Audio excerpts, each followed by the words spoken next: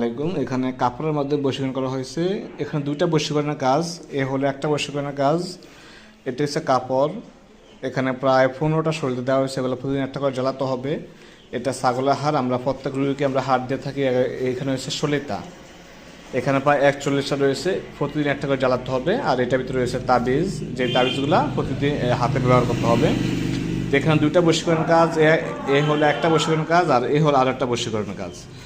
তো এটা হলো চট্টগ্রাম এক বোন যোগাযোগ করছেন যে তার হাজব্যান্ড ওমান থাকে, কিন্তু তার সাথে প্রায় 1 বছর যাবৎ যোগাযোগ করে না, তাকে দেখতে পারে না। তো তার হাজব্যান্ড তাকে যেন তার নিকট নিয়ে যায়, তার হাজব্যান্ড যেন তাকে তার নিকট নিয়ে যায়, বা মানে তাকে যেন ওমান নিয়ে যায় বা তার সাথে যোগাযোগ করে। এই জন্য আমরা বশীকরণের কাজ করেছি। এখানে হয়েছে একটা বশীকরণের কাজ, এখানে হয়েছে একজনের। এখন দেখেন যে একজনের বশীকরণের কাজের জন্য কত কত কিছু লাগে। আবার এখানে রয়েছে এগুলো নদীতে ফেলতে হবে। এখানে প্রায় 41 পিস তাবিজ আছে। যে এখানে হাতে এখানে প্রায় 41 পিস তাবিজ আছে। এগুলো নদীতে ফেলতে হবে।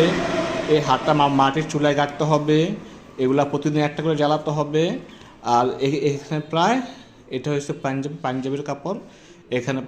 এখানে রয়েছে প্রায় 11 পিস। প্রতিদিন একটা করে জ্বালাতে হবে। ইনশাল্লাহ তার স্বামী তার বশ হয়ে যাবে।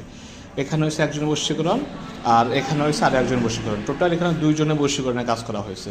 তো ইনশাল্লাহ এই তদবিরগুলো যদি সঠিকভাবে প্রয়োগ করা হয়, ইনশাল্লাহ তার হাজব্যান্ড বাধ্য হয়ে যাবে। আর এটা করা হয়েছে নারায়ণগঞ্জ থেকে একবার যোগাযোগ করছিলেন যে তার স্ত্রী চলে গিয়েছে, অন্য একটা ছেলের সাথে তার স্ত্রী চলে গিয়েছে। তার স্ত্রীকে ফিরিয়ে আসার জন্য তার স্ত্রীর যেই ব্যবহারের যেই কাপড় রয়েছে 3 পিস, ওই 3 পিসের কাপড়ের মাধ্যমে এটা বশীকরণ করা হয়েছে তার স্ত্রীকে ফিরিয়ে আসার জন্য।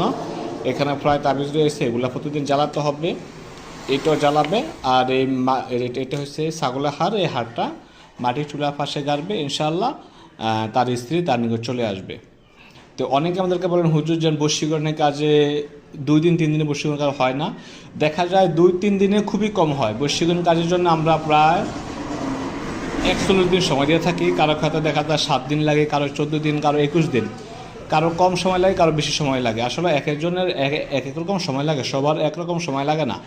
তো যেহেতু এক এক রাশির মানুষ, এক একজনকে তাবিজে ধরতে এক রকম সময় লাগে।